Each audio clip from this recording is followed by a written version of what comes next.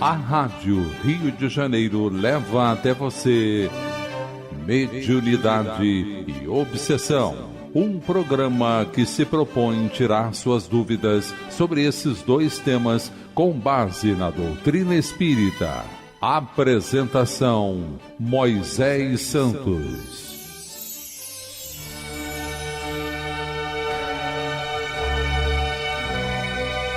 Caríssimos ouvintes da Rádio Rio de Janeiro, eu sou Moisés Santos e este é o programa Mediunidade e Obsessão.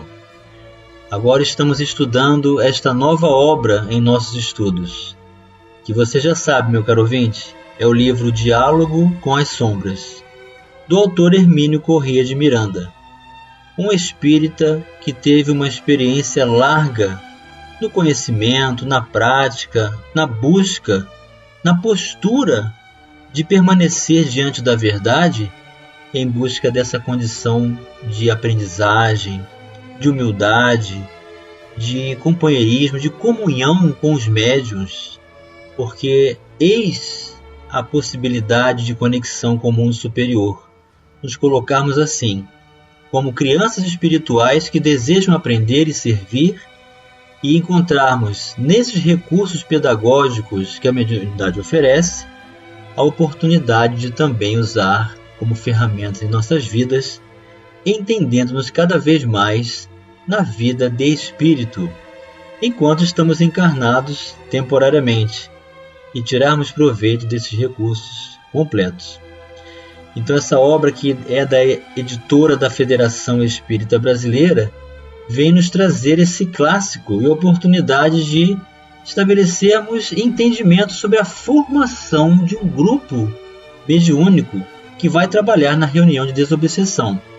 Nós estamos na primeira parte desta obra, a instrumentação, e estamos dividindo em partes esse primeiro capítulo, o grupo, que é um pouco extenso e contém muitas informações, muitas instruções que vale a pena nós nos debruçarmos, refletirmos, para tirarmos todo o proveito que essa obra apresenta. Nós paramos no parágrafo outra recomendação que parece útil a esta altura, ainda com relação à distribuição do pessoal em torno da mesa. Sempre que possível, o dirigente deve sentar-se de forma a ficar ao lado dos médiuns e não face a face, ou seja, na cabeceira, para que todos o vejam e que o dirigente possa ter também a visão geral do grupo. Este conselho é ditado pela boa técnica de reuniões profanas, que recomenda que 2 ou mais pessoas que vão debater um assunto não devem defrontar-se para não exacerbar o antagonismo. A razão é puramente subjetiva e psicológica. É mais fácil a qualquer um de nós alcançar um entendimento com uma pessoa ao nosso lado do que se ela estiver exatamente diante de nós.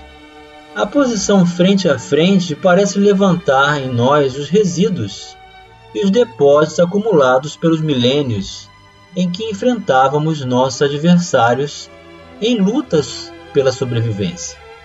No caso das sessões mediúnicas, o objetivo não é disputar uma peleja de vida ou morte, mas dialogar amistosamente com um espírito em estado de confusão e desespero, que desejamos despertar para uma realidade que ele se recusa tenazmente a aceitar.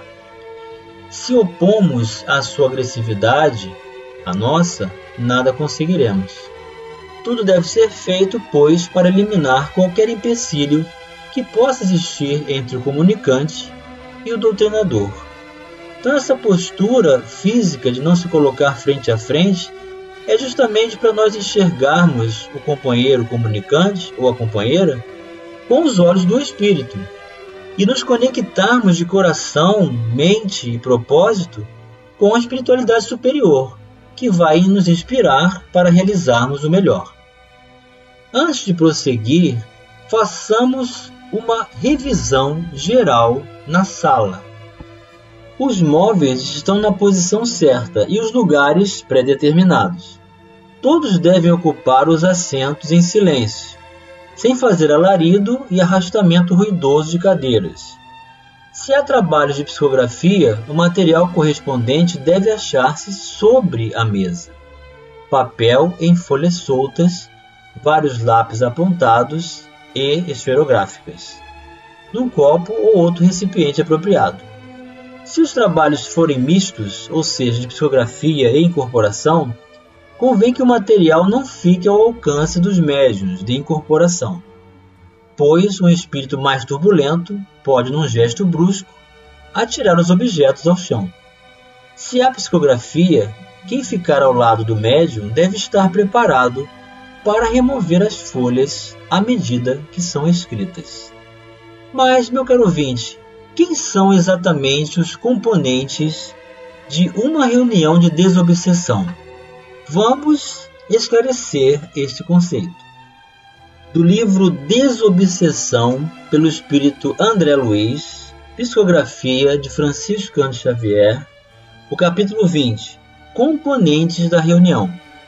Os componentes da reunião, que nunca excederão o número de 14, conservem, acima de tudo, elevação de pensamentos e correção de atitudes, antes, durante e depois de cada tarefa.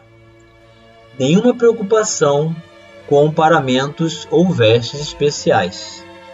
Compenetrem-se de que se acham no recinto exercendo fraternalmente um mandato de confiança. Na doutrina espírita não há lugar para a fé cega.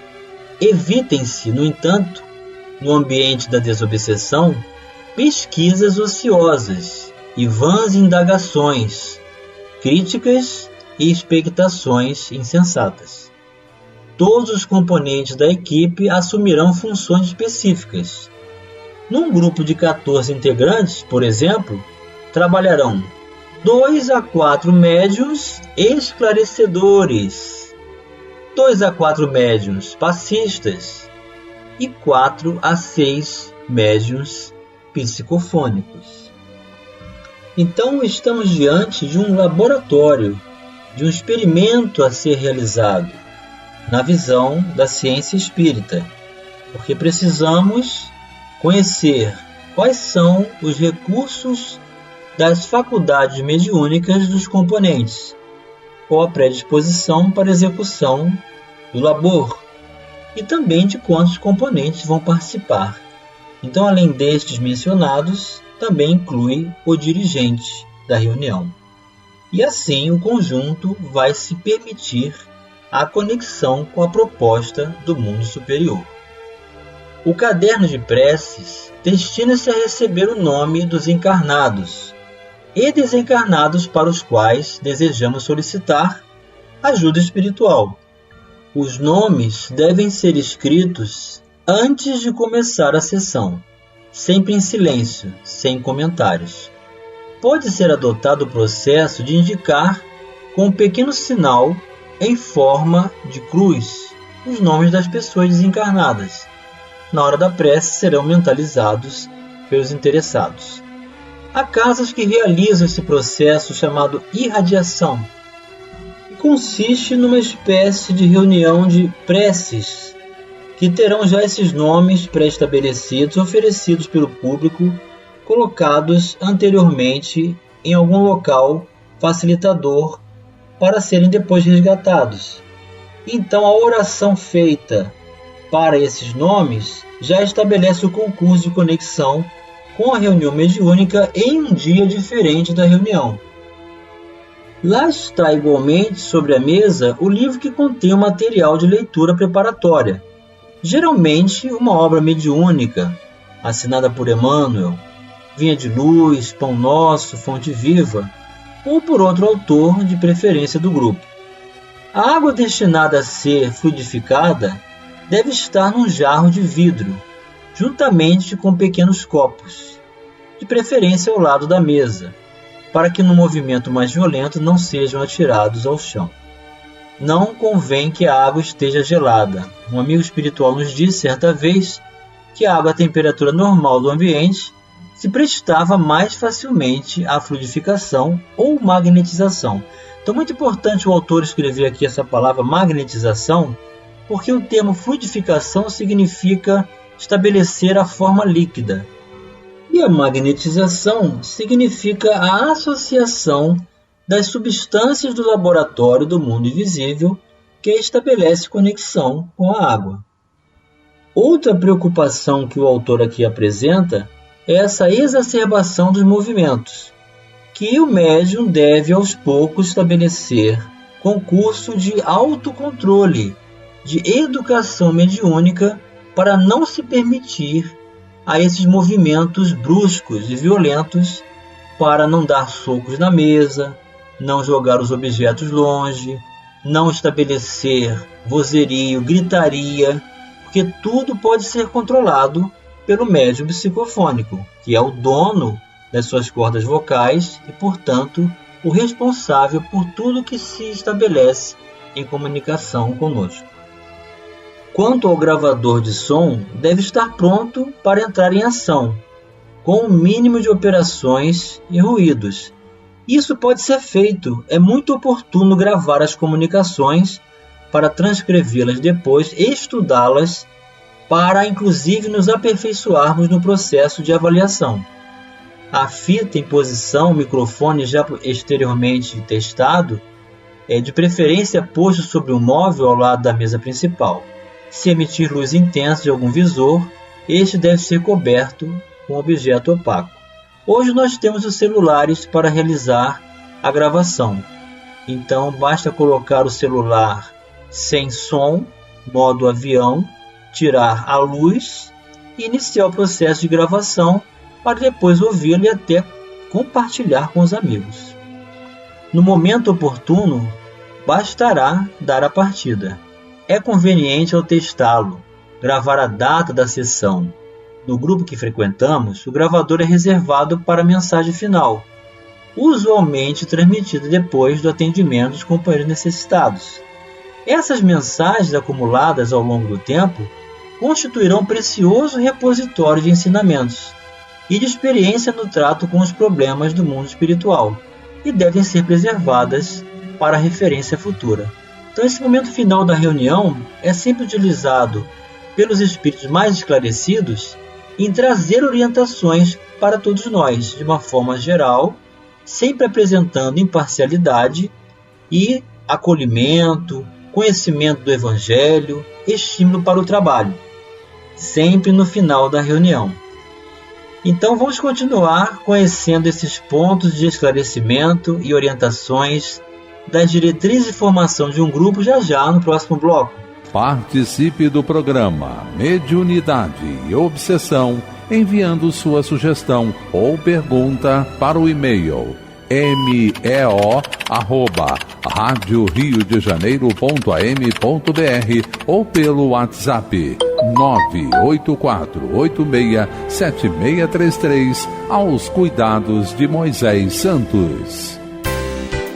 A Rádio Rio de Janeiro está apresentando Mediunidade e Obsessão.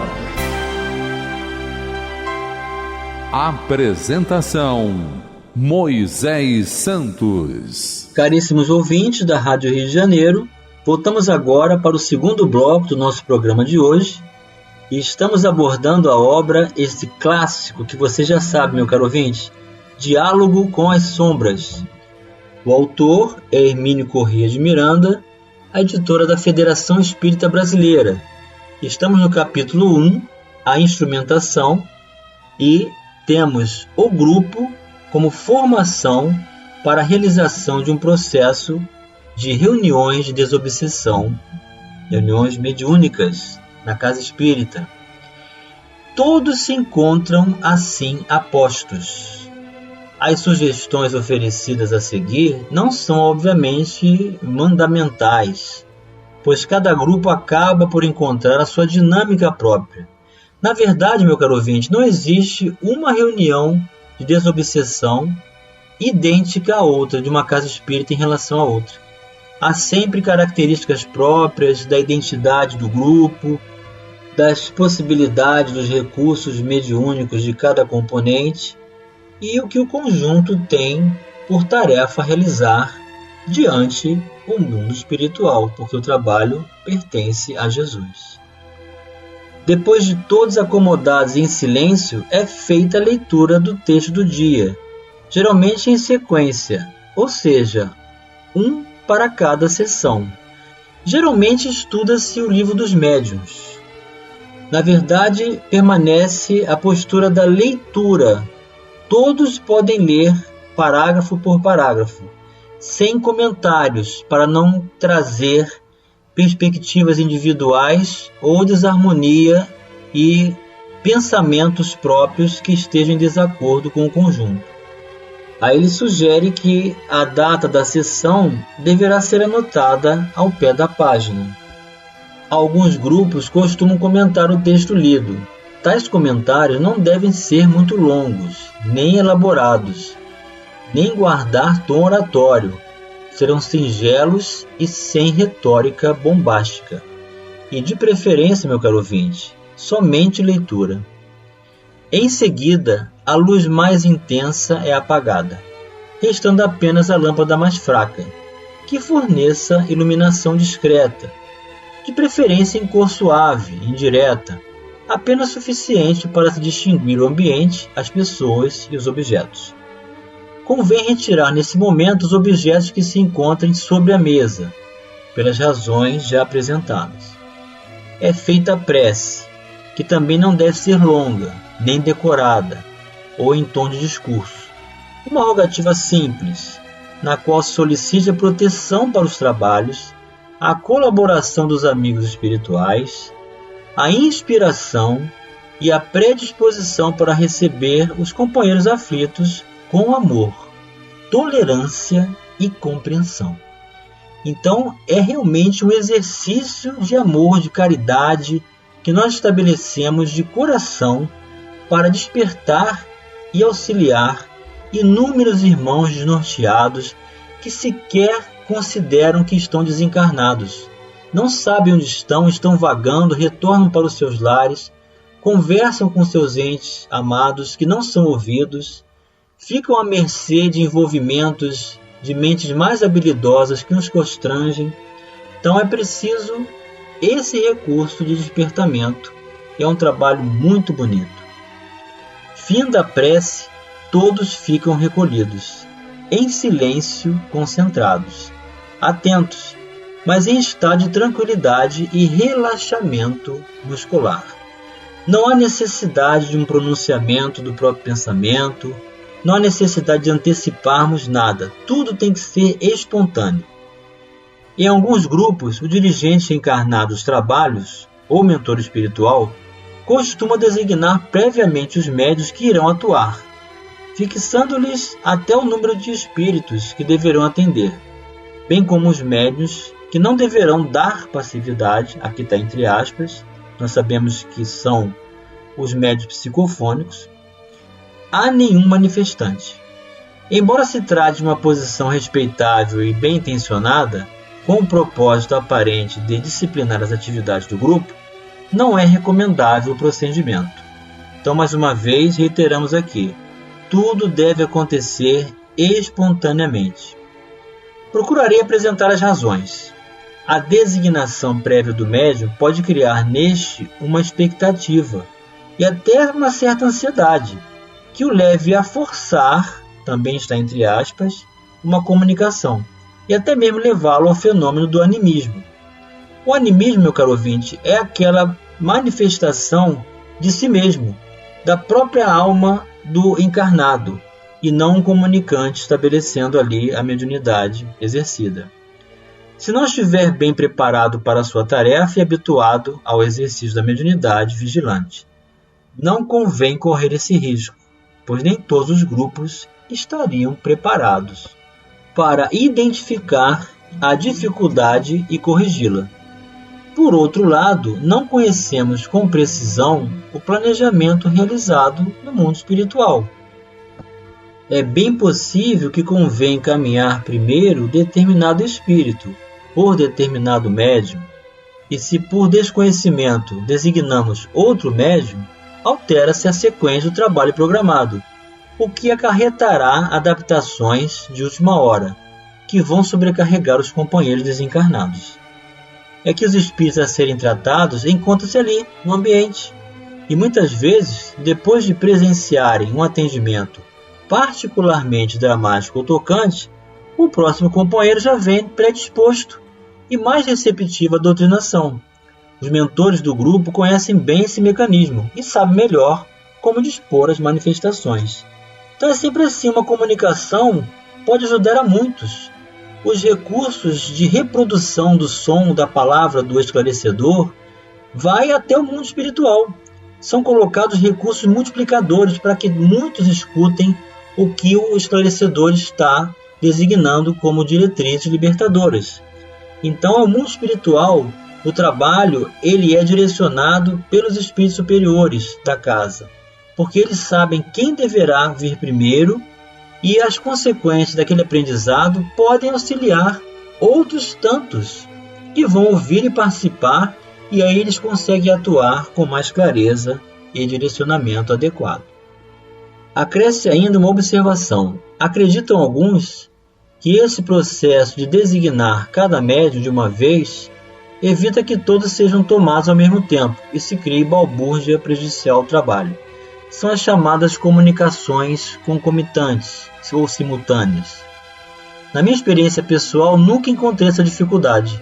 É frequente verificarmos que outros médiuns já se acham ligados aos próximos manifestantes, mas num grupo bem ajustado, os mentores terão recursos suficientes para contê-los, até que chegue a vez de falarem.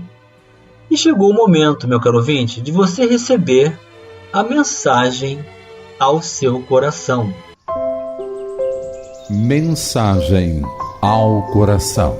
Do livro Emmanuel, pela psicografia de Francisco Cândido Xavier, o próprio Espírito Emmanuel, no capítulo 28, com o título As Comunicações Espíritas. Por todos os recantos da terra, fazem-se ouvir, nos tempos que correm, as vozes dos Espíritos, que na sua infatigável atividade conduzem a luz da verdade a todos os ambientes, dosando as suas lições segundo o grau de perceptibilidade daqueles que as recebem. Os ensinamentos do espaço pululam nas escolas, nos templos, nas oficinas e, aos poucos, ides compreendendo a comunhão do orbe terráqueo com os planos invisíveis. O Espiritismo tem doutrinado convenientemente a fé e a ciência, preparando-as para os esponsais do porvir. E é verdade que a tibieza de alguns trabalhadores, obcecados pelos preconceitos, tem travado a marcha da doutrina consoladora, devemos reconhecer que muitas mentalidades, saturadas de suas claridades benditas, têm concorrido com os melhores esforços da sua existência em favor da propagação de seus salutares princípios, desobrigando-se nobremente dos seus deveres para com a bondade divina. Vários autores não têm visto na extensa bibliografia dos escritores mediúnicos senão reflexos da alma dos médiuns, emersões da subconsciência, que impedem os mais honestos a involuntárias mistificações. Excetuando-se alguns casos esporádicos, em que abundam os elementos prestantes à identificação, as mensagens mediúnicas são repositórios de advertências morais, cuja repetição se lhes afigura soporífera. Todavia erram os que formulam semelhantes juízos. Diminuta é a percentagem dos intrínsecos, já que todo mediunismo, ainda que na materialização ou no automatismo perfeitos, se baseia no espiritismo e animismo conjugados. Emmanuel para os nossos corações, meu caro ouvinte, deixando bem claro que toda comunicação vai utilizar os recursos do que pudermos oferecer de nós mesmos. Daí ele conjugar espiritismo e potencialidades da própria alma, dos recursos que cada um de nós pode oferecer em favor de brilhar a nossa própria luz, fazer-nos pessoas melhores e, consequentemente, encontrarmos na sociedade a oportunidade de exercer essa qualificação, tornando-a também melhor. Um grande abraço e até o próximo programa. A Rádio Rio de Janeiro apresentou Mediunidade e Obsessão.